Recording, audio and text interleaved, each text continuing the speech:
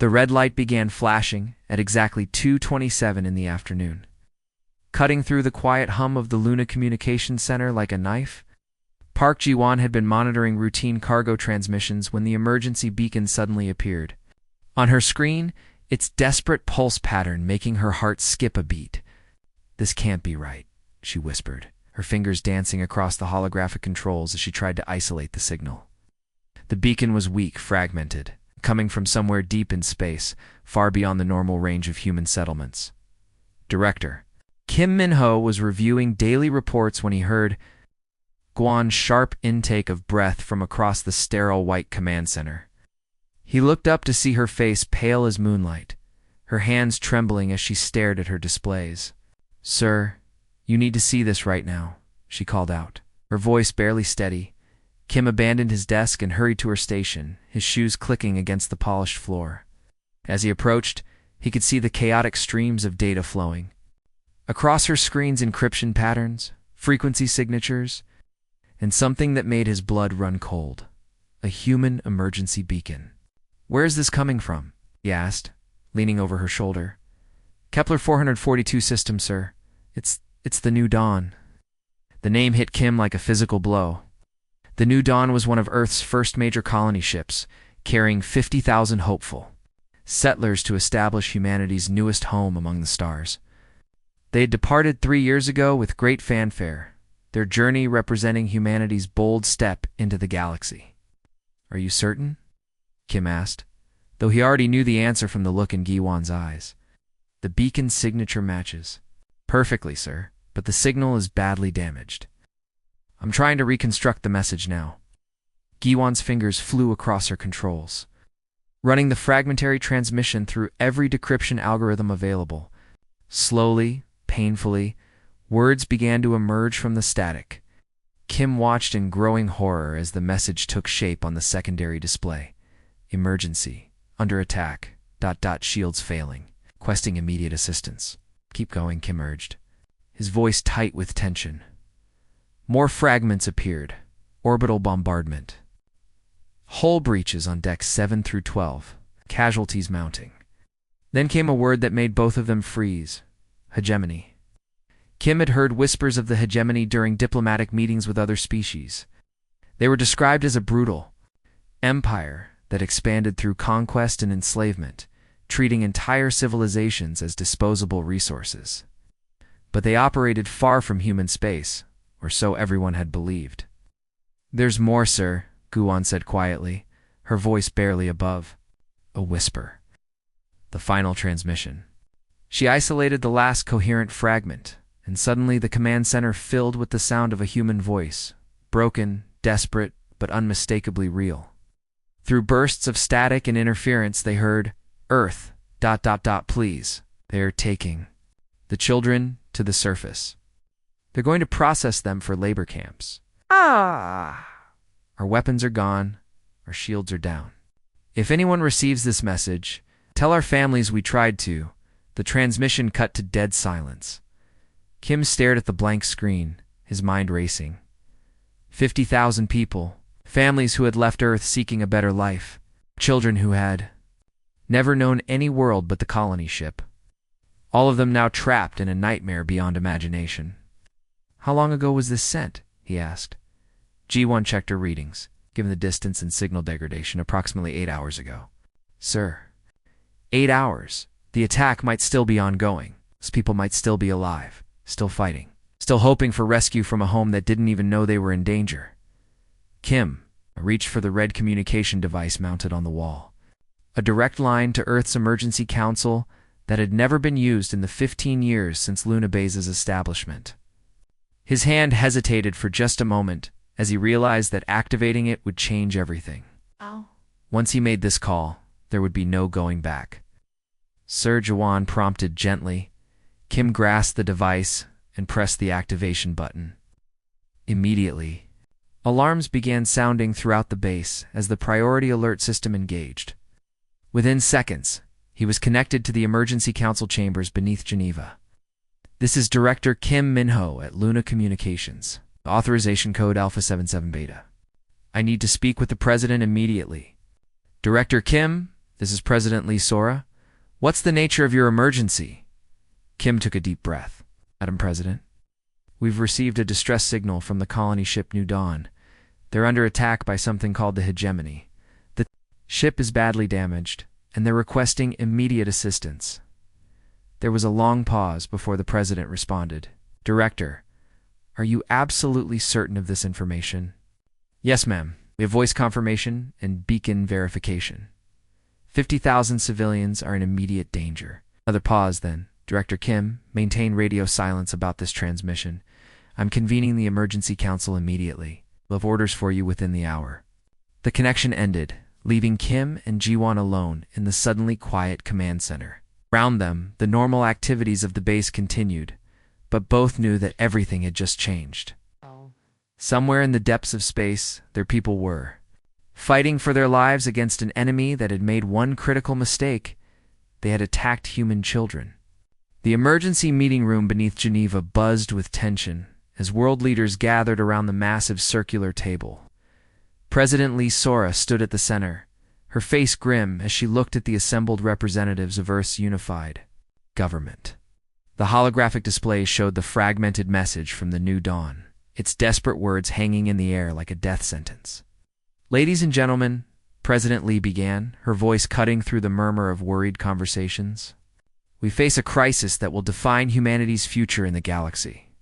Our people are under attack, and we must decide how to respond. Foreign Minister Park Hae-jin leaned forward, her brow furrowed with concern. Madam President, do we even have the capability to mount a rescue mission at that distance? The Kepler 442? System is months away with conventional drives. President Lee's expression remained carefully neutral. That brings us to matters that have been classified at the highest levels. Admiral Choi Dae-sung, please brief the Council. Admiral Choi stood slowly, his weathered face bearing the weight of secrets he had carried for decades. At 60 years old, he had spent his entire career preparing for this moment, though he had hoped it would never come. Council members, he began, his voice steady despite the gravity of the situation. What I am about to tell you will change how you view humanity's place in the galaxy. For the past 20 years, while we have presented ourselves as peaceful explorers to other species, we have been preparing for exactly this scenario. Gasps echoed through the chamber as Admiral Choi activated a series of holographic displays. Star charts appeared, showing the solar system dotted with installations that most council members had never seen before. Project Sentinel, he continued, has been humanity's greatest secret. While other species see us as naive newcomers, we have been building a military infrastructure unlike anything the galaxy has ever witnessed. The displays showed hidden shipyards in the outer system, their massive construction bays concealed within asteroid fields. Weapons research facilities disguised as mining operations. Fleet bases camouflaged as exploration outposts. The scope of the deception was breathtaking. Defense Secretary Kim Won-ho stood up, his voice shaking with disbelief. Admiral, are you telling us that we've been lying to the entire galaxy about our capabilities? Not lying, Admiral Choi replied calmly, preparing. The galaxy is not the peaceful place we hoped it would be. Species like the hegemony exist, and they prey on those they perceive as weak. We needed to be ready. President Lee stepped forward, her voice carrying the authority of her office. The New Dawn was not simply a colony ship.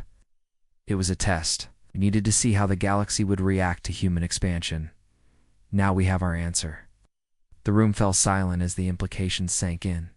Minister of Science Lee Yemen spoke up, his voice barely above a whisper. You're saying we deliberately sent 50,000 people into danger? We sent them to build a new world, President Lee replied firmly. But we also sent them with the knowledge that if they were threatened, Earth would respond. The difference is that now we can actually keep that promise. Admiral Choi activated another display, showing ship designs that looked nothing like the peaceful exploration vessels the galaxy knew. These were warships, sleek, deadly, and equipped with technology that other species could barely imagine. Our quantum tunneling drives can cross the galaxy in hours, not months, he explained. Our adaptive shield systems learn from enemy fire and adjust accordingly. Our kinetic weapons can crack planets. We have been preparing for this war for 2 decades.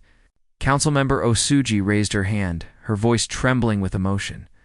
But why keep this secret from us? We're the planetary government.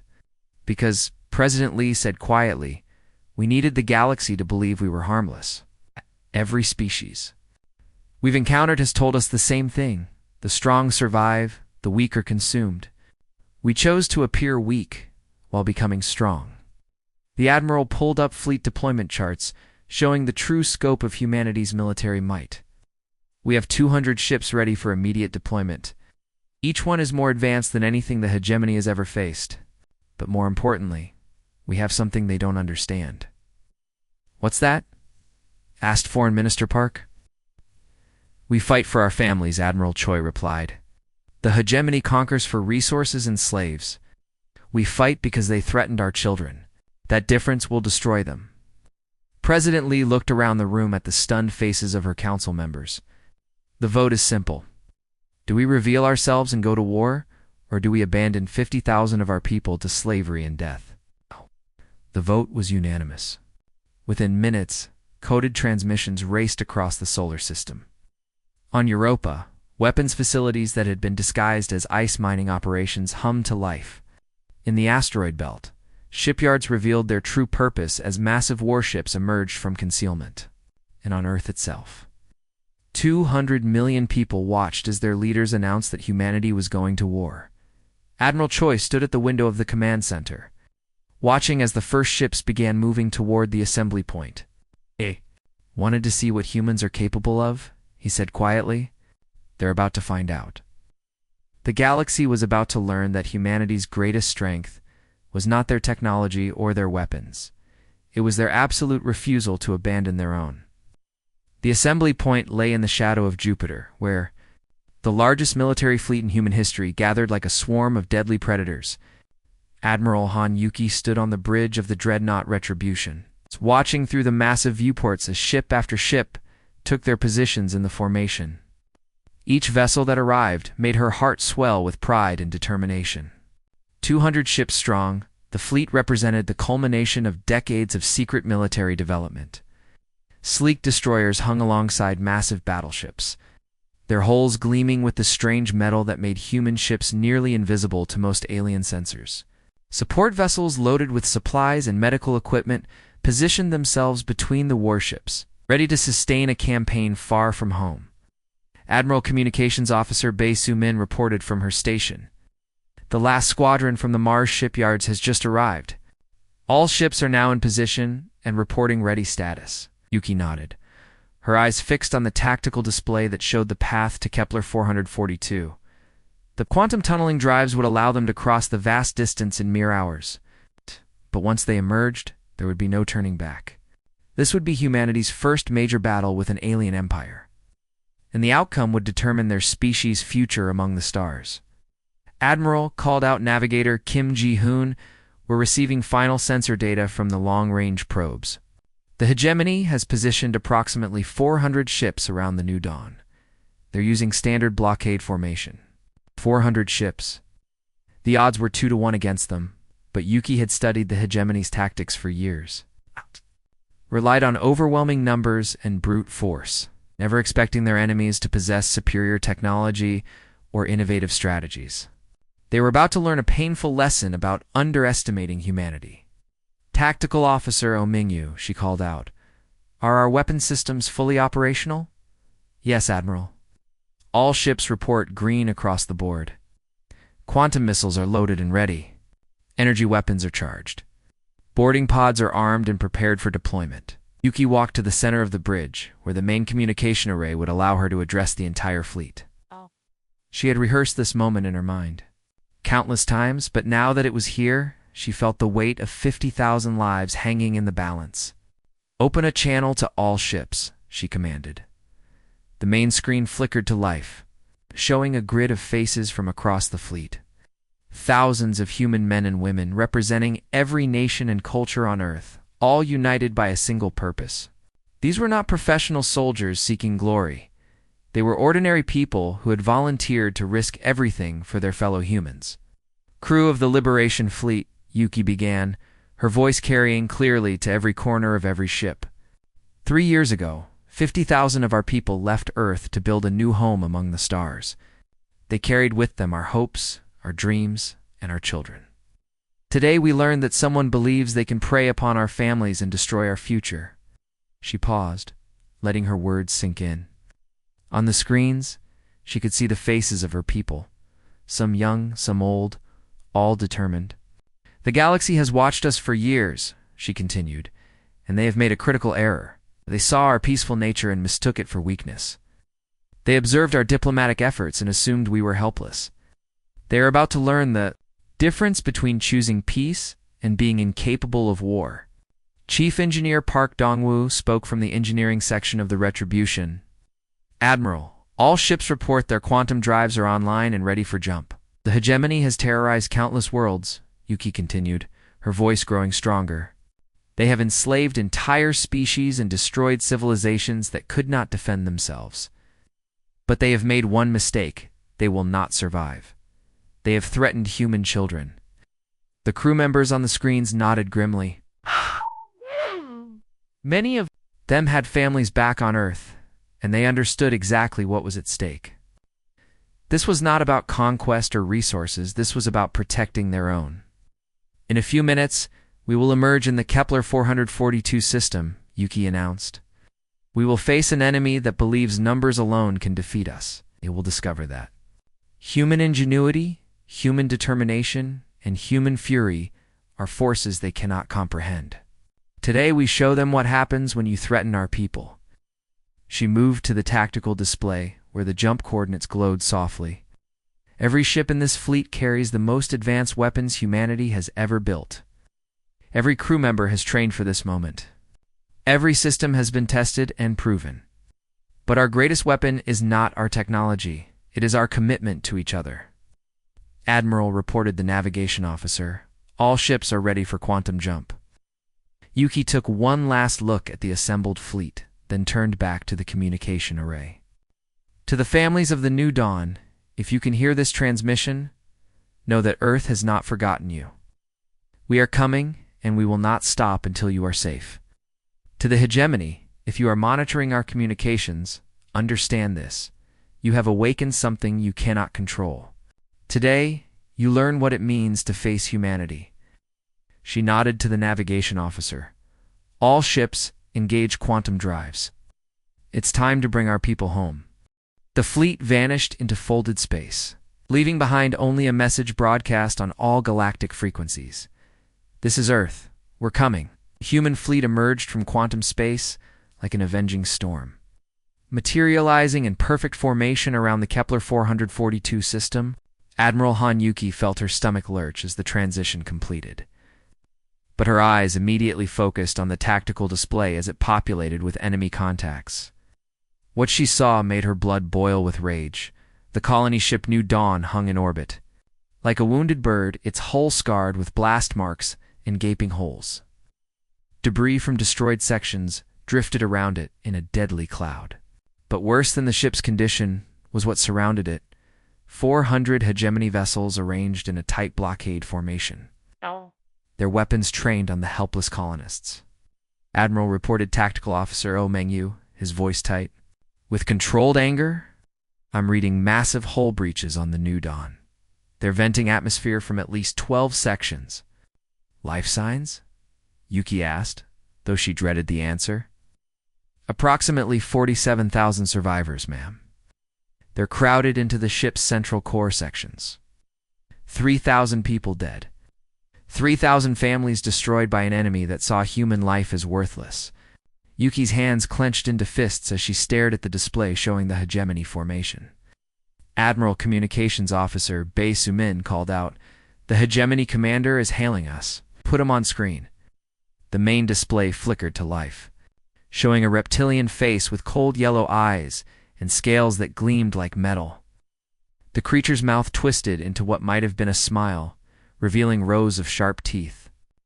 Unknown vessels, the aliens spoke in heavily accented but clear English. You have entered hegemony space without authorization. Your presence here is illegal under galactic law. Surrender immediately or be destroyed. Yuki stepped forward, her voice deadly calm. This is Admiral Hanyuki of the Earth's Liberation Fleet. You have attacked our people. You have killed our families. You have exactly 10 seconds to surrender your ships and prepare to face justice. The hegemony commander's laugh was like grinding. Stone, you dare threaten us? Do you know who we are? No. We are the hegemony. We have conquered 1,000 worlds and enslaved 10,000 species. Your pathetic 200 ships are nothing compared to our might. Your 10 seconds are up, Yuki said quietly. The Retribution fired first, its main guns sending streams of accelerated particles across the void. The shot struck the hegemony flagship's shields, which flared bright blue before collapsing entirely. The alien commander's arrogant expression changed to shock as his ship's hull began to glow red-hot. All ships, open fire, Yuki commanded. The human fleet unleashed hell. Quantum missiles streaked through space, their warheads adapting to enemy countermeasures as they flew. Energy weapons that could drain shield generators dry within seconds. Focused their beams on priority targets. Kinetic projectiles accelerated to near light-speed punched through alien hulls like paper. The hegemony formation, built for intimidation rather than actual combat, began to collapse within minutes. Their ships were large and impressive, but they had been designed to fight primitive species with basic weapons. They had never faced an enemy that could match their technology and exceed their tactics. Sir, reported Weapons Officer Lee Min-jae. Enemy formation is breaking apart. They're trying to scatter. Don't let them escape, Yuki ordered. Target their engines. I want every ship disabled or destroyed. The battle turned into a methodical slaughter. Human ships moved with precision through the chaos, their crews working together like parts of a single machine. The hegemony vessels, built for terrorizing helpless colonies, found themselves outmatched by weapons they had never imagined. A massive hegemony dreadnought tried to ram the human destroyer Vengeance. But the smaller ship's adaptive shields absorbed the impact while its weapons tore through the alien vessel's unprotected flanks. Explosions rippled along the enemy ship's hull as its ammunition stores detonated. Admiral called out Communications Officer Bay. We're receiving surrender signals from multiple hegemony vessels. Ignore them, Yuki replied coldly. They showed no mercy to our people. They get none from us. The fight lasted exactly 1 hour and 43 minutes. When it ended, the hegemony blockade fleet was nothing but floating debris and emergency escape pods. Not a single human ship had been destroyed, though several reported minor damage from desperate enemy attacks. Status of the New Dawn? Yuki asked Secure Admiral. Our boarding teams have established contact with the survivors. They're requesting immediate medical assistance and evacuation. Yuki nodded, but her attention was drawn to the tactical display, where new contacts were appearing at the edge of the system. More hegemony ships, drawn by the distress calls of their dying fleet. Admiral, reported Navigator Kim Jae-hoon, 17. More hegemony vessels have just entered the system. They're requesting permission to surrender. Denied, Yuki said, without hesitation. They chose to support this attack. They can face the consequences. The second wave of hegemony ships lasted even less time than the first. Their commanders, seeing the wreckage of their fleet, tried to flee, but human quantum drives were faster than anything the aliens possessed. Within 20 minutes, the system was clear of all hostile vessels. New Dawn, this is Admiral Yuki. She broadcast to the damaged colony ship. Earth has come for you. You're going home. The response from the colonists was immediate and overwhelming. 47,000 voices raised in celebration and relief. They had survived. They were going home. And the galaxy would never again underestimate what humans would do to protect their own. The evacuation of the New Dawn took 6 hours. Admiral Hanyuki watched from the bridge of the Retribution as human ships carefully docked with the damaged colony vessel, their crews working tirelessly to transfer the survivors to safety. Medical teams rushed to treat the wounded while engineers assessed the ship's condition. The sight of families reuniting, of children being carried to safety, filled her with a satisfaction that made the entire battle worthwhile. Admiral Communications Officer Bae Soo-min called out, "We're receiving transmission requests from multiple sources. 17 hegemony worlds are asking for mercy terms. The Galactic Council is demanding an explanation for our actions. Earth Command wants a full report. Yuki nodded slowly, her eyes still fixed on the rescue operations. In a moment. First I need to address the galaxy. She walked to the center of the bridge where the main communication array would broadcast. Her message to every inhabited world within 1,000 light years. This moment would define how the galaxy saw humanity for generations to come. She had to choose her words carefully. Admiral called out Navigator Kim Ji-hoon. Long-range sensors are picking up movement from several major powers. The Altarian Empire is mobilizing their fleet. The Centauri Federation is calling an emergency session. Everyone wants to know what just happened here. They're about to find out, Yuki replied. Communications, prepare for galaxy-wide broadcast. Full spectrum, all languages, maximum range. The bridge fell silent as the transmission array activated. Every human ship in the system would relay the message, ensuring it reached every corner of known space. Yuki stood straight, her uniform crisp, despite the long battle, her expression calm but determined. This is Admiral Han Yuki of the Earth Liberation Fleet, she began, her voice carrying clearly through the void. I am speaking to all civilizations of the galaxy, all species that consider themselves part of the galactic community. She paused, letting her words reach their destinations across the stars. On hundreds of worlds, alien leaders were gathering around their communication devices, wondering what this unknown human admiral could possibly have to say. For 5 years, humanity has been part of your galactic community. We have traded with you, learned from you, and shared our knowledge with you. You have known us as peaceful explorers, content to establish small colonies and participate in diplomatic exchanges. Today, that changes. On the tactical display, she could see the wreckage of the hegemony fleet drifting in space around them. Hundreds of ships destroyed, thousands of alien warriors dead, all because they had made one critical mistake. The species you call the hegemony attacked our people. They destroyed our colony ship, killed our families, and planned to enslave our children. They believed that distance would protect them, that their reputation would save them, that we were too weak to respond. They were wrong. She gestured toward the viewports where the debris field told the story of the battle. What you see here is the result of their miscalculation. A fleet of 400 ships, destroyed by 200 human vessels in less than 2 hours. But this is not a demonstration of our military power. This is a lesson about our character. The communication board lit up with incoming messages from across the galaxy. Some were demands for explanation. Others were offers of alliance. Still others were threats of retaliation. Yuki ignored them all, focusing on the words that would shape humanity's future. We are not conquerors, she continued, to dominate other species or claim their worlds. We came to the stars seeking friendship, knowledge, and new homes for our people. But we will not tolerate attacks on our families. She moved closer to the camera, her expression hardening. Let me be clear to every species listening to this message. We have no interest in your internal conflicts, your territorial disputes, or your political games. We want only to live in peace and pursue our own destiny among the stars. The rescue operations were nearly complete. The last of the colonists were being transferred to the hospital ships, their ordeal finally over. But Yuki knew that this was just the beginning. The galaxy would never again see humanity as a minor species to be ignored. However, she continued, her voice growing cold, if you threaten our people, if you attack our ships, if you harm our children, we will find you. There is no distance we will not cross, no enemy we will not face, and no force in this galaxy that will stop us from protecting our own. She stepped back, her message nearly complete. Around the bridge, her crew watched.